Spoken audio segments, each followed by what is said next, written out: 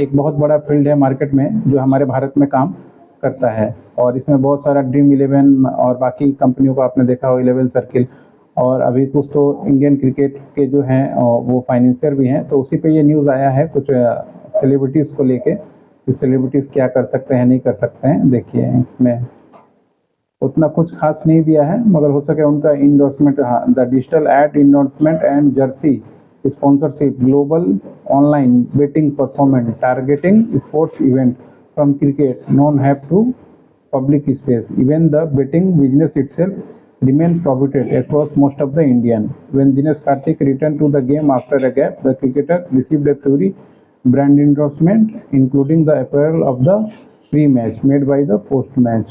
Also, the government want to crack down on illegal betting in season of IPL season. अच्छा, देखिए बहुत सारे ऐसा है, और गवर्नमेंट भी चाह रही है, आईपीएल वाले भी चाह रहे हैं कि जो इलीगल बेटिंग जो होता है उसको ये लोग किसी भी तरीके से बंद करें, मगर पूरी तरीके से बंद नहीं कर पाते हैं। हमेशा कोई ना कोई कंपनी जो है यहाँ से बैठे दुबई से या कहीं से भी अपना जो है ये ले लेती है, सर्वर वगैरह लेके, और इधर उधर के अकाउंट में पेमेंट लेके वो लोग काम करते हैं।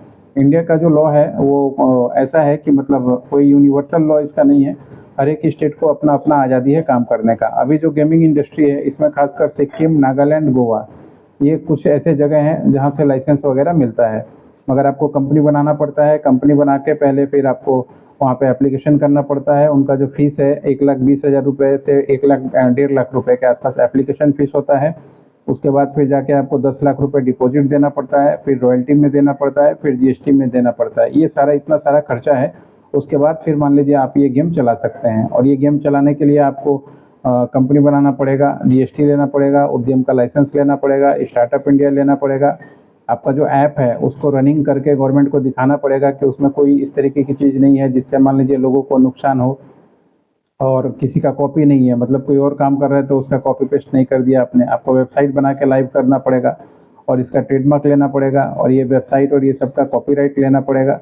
उसके बाद फिर जाके गेमिंग का लाइसेंस इशू होता है। तो थोड़ा सा कम से कम अगर जो कंपनियां गेमिंग का लाइसेंस लेना चाहती हैं उनके लिए मिनिमम टाइम लाइन जो होता है, मिनिमम आपको अपने हाथ में 1 साल पकड़ के रखना पड़ेगा, और आपको ऐप और जो वेबसाइट का टीम है वो अच्छा खासा आपको बनाना पड़ेगा। इसके अलावा डाटा सिक्योरिटी के लिए कि मान लीजिए पब्लिक आपके साथ काम कर रहा है तो आप उनका कहीं डाटा उठा के ना भेज दें, तो उसके लिए ISO 27000 और ISO 9001 2015 ये सर्टिफिकेशन लेना पड़ता है।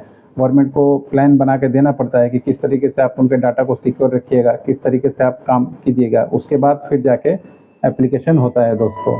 ये तरीका होता है मार्केट में काम करने का ऑनलाइन गेमिंग का।